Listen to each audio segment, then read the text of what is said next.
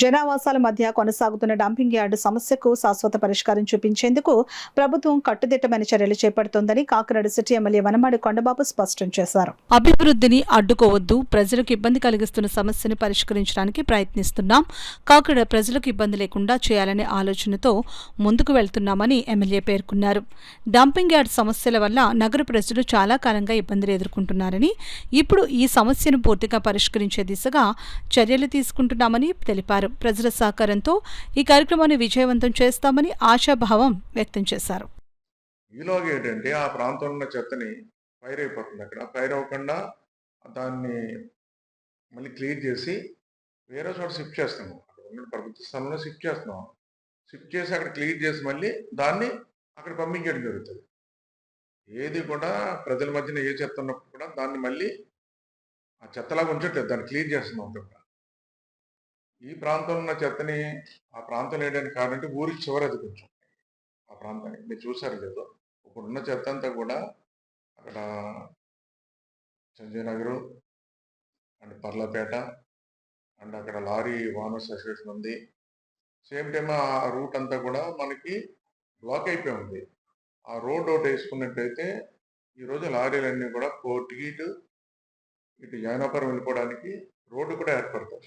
అందుకోసం అక్కడ ఉన్న చెత్తని కూడా తొలగించడం జరుగుతుంది. ఏమంటానంటే మీరు ఎవరు ఆందోళన చెందక్కర్లేదు, ఎవరు కూడా ఇప్పుడే చెప్తున్నారు వెహికల్స్ అన్ని ఆఫ్ చేస్తున్నారు. దీన్ని రాజకీయంగా చూడకండి ఎవరు కూడా.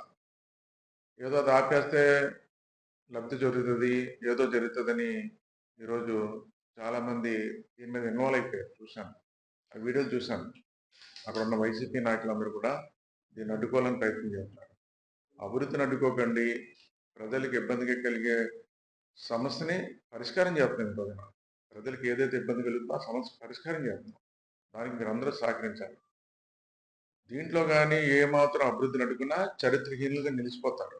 ఎన్నో సంవత్సరాలుగా ఉన్న సమస్య పరిష్కారం అవుతుంది ఈ రోజున. అలాంటి సమస్యను పరిష్కారం చేయడం కోసం ఈరోజు ప్రయత్నం చేస్తున్నాం.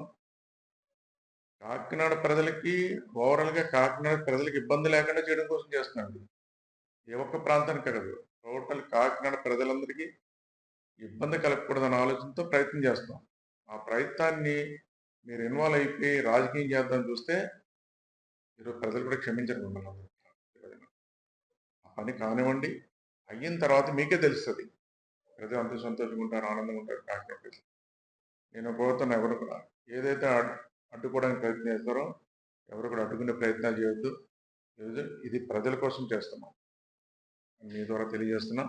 ఏదైనప్పటికీ కొద్ది రోజుల్లో ఈ ప్రభుత్వం మన కాకినాడ ఒకటే కదా, రాష్ట్ర వ్యాప్తంగా కూడా ఏదైతే చెత్త వస్తుందో చెత్తనంతా కూడా వేస్ట్ ఎనర్జీ ప్లాంట్గా ఈరోజు జిందాల్ వరకు ఇవ్వడం జరిగింది.